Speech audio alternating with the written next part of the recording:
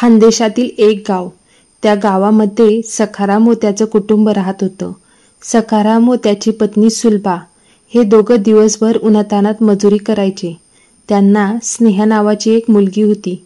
तिचं 4थी पर्यंतचं शिक्षण झालं होतं. ती अत्यंत अभ्यासू व कष्टाळू होती. तिचा छोटा भाऊ पिंटू पहिलीत जाणार होता. गावात 4थीच्या पुढे वर्ग नव्हते. वडील आपल्याला शिक्षणासाठी परगावी पाठवतील का असं सारखं स्नेहाला वाटायचं. बबली नावाची तिची मैत्रीण शिक्षणासाठी शेजारच्या गावी जाणार होती. स्नेहालाही तिच्यासारखं आपण पुढे शिकावं असं वाटायचं. तिच्या मनात शिक्षणाचाच विचार सारखा घोळत होता. एके दिवशी नेहमीसारखं काम संपवून सखाराम व सुलभा घरी आले. मुलांना घरी ठेवून ते दोघे शेतावर गेली होती. पिंटू ओट्यावर खेळत असलेला सुलभाला दिसला, पण स्नेहा कुठे दिसत नव्हती. सुलभानं लगेच स्नेहा स्नेहा म्हणून हाक मारल्या. आईची हाक ऐकता स्नेहाचा रडण्याचा आवाज अजून वाढला. एका कोपऱ्यात बसून स्नेहा रडत असलेली सुलभाला दिसली. सुलभा तिच्या जवळ गेली. रडून रडून स्नेहाचे डोळे सुजले होते. सुलभा चिंतेत पडली. काय झालं म्हणून विचारू लागली.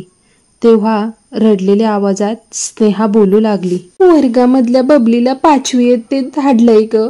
मला बी शिकायचं आहे. मला बी शिकू दे ना. तेवढ्यात हातपाय धुवून सखाराम तिथे आला. स्नेहाला म्हणाला, स्नेहा 4थी पर्यंत शिकलीस ना, आता अजून कसं शिकणार? अशी आपली गरिबाची परिस्थिती. एसटीचं भाडं आपल्याला परवडणार आहे का? त्यापेक्षा घरी बसून लहान भावाला सांभाळ. दादाले सांग ना आई, मला 5वी इयत्तेत जायचं आहे. मला पुढे शिकायचं आहे असं म्हणून स्नेहा पुन्हा रडायला लागली. सुलभाला गहिवरून आलं. तिचे डोळे पाणावले. नवऱ्याला कसं समजून सांगावं हेच तिला समजेना. गावात 4थी पर्यंत शाळा होती म्हणून गावातील बरेच लोक मुलांना 4थी पर्यंत शाळेत पाठवत होते. गरिबीमुळे मुलांना परगावी शिकवणं सखारामला जरा अवघड वाटत होतं. सखारामच्या भाऊबंदामध्ये मुलींना कोणीही 4थीच्या पुढे शिकवलं नव्हतं. त्यामुळे तोही त्याचाच कित्ता गिरवणार होता. स्नेहाच्या वर्गामधील बबली गावच्या सरपंचांची मुलगी होती. आडगावला जाऊन सरपंचांनी 5वी इयत्तेत बबलीला प्रवेश घेतला होता. स्नेहाला तिचे बाबा पुढे शिकवणार नाहीत असं मुख्याध्यापकांना समजलं. सरपंचांना बरोबर घेऊन सखारामच्या घरी आले. सरपंच अचानक आपल्या घरी आलेले पाहून सखारामला अचंबा वाटला. बबली स्नेहाकडे नेहमी येत असे. स्नेहा अत्यंत हुशार मुलगी म्हणून सरपंचांना तिचं मोठं कौतुक. कायद्याप्रमाणे मुलीला शिकवावं लागेल. तुझी कोणतीही अडचण असली तरी आपण ती सोडू, पण स्नेहाला पुढे शाळेत पाठव, सरपंच बोलले. मान खाली घालून सखाराम उभा होता. मुख्याध्यापक पोटतिडकीने बोलू लागले. सखा भाऊ, तुमची लेक हुशार आहे. तिनं शिष्यवृत्ती परीक्षा दिली आहे. तिला पुढे शिकवा, स्वावलंबी बनू द्या. सरपंच समजुतीच्या स्वरात म्हणाले. अरे सखा, तुम्ही पोरगी एवढी म्हणते तर तिला पाठव. माझ्या बबलीसोबत जाईन 5वी इयत्तेत. आणि आडगाव आपल्यापासून काय अर्ध्या तासावर. जाईन दोघी मुली एसटीने. सखाराम विचारमग्न झाला होता.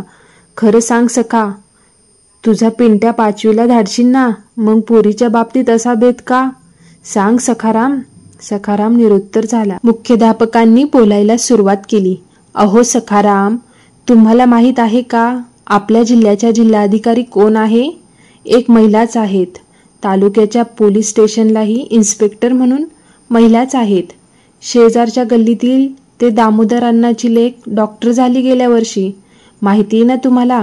अजून किती उदाहरणे द्यायची. आता कित्येक डॉक्टर, वकील, इंजिनियर ह्या महिला आहेत. त्या साऱ्यांच्या पालकांनी तुमच्यासारखा विचार केला असता तर. सखारामला काय बोलावे ते सुचेना. आता त्याला पटले होते. अपुरं शिक्षण नको. दिनरात कष्ट करू, रानावनात काम करू, पण पोरीला शिकू, तसं त्यानं बोलूनही दाखवलं. स्नेहानं वडिलांकडे पाहिलं व ती त्यांना आनंदानं बिलगली. सरपंच व मुख्याध्यापक त्या दोघांकडे पाहतच राहिले. स्नेहाचा चेहरा आनंदाने फुलला होता.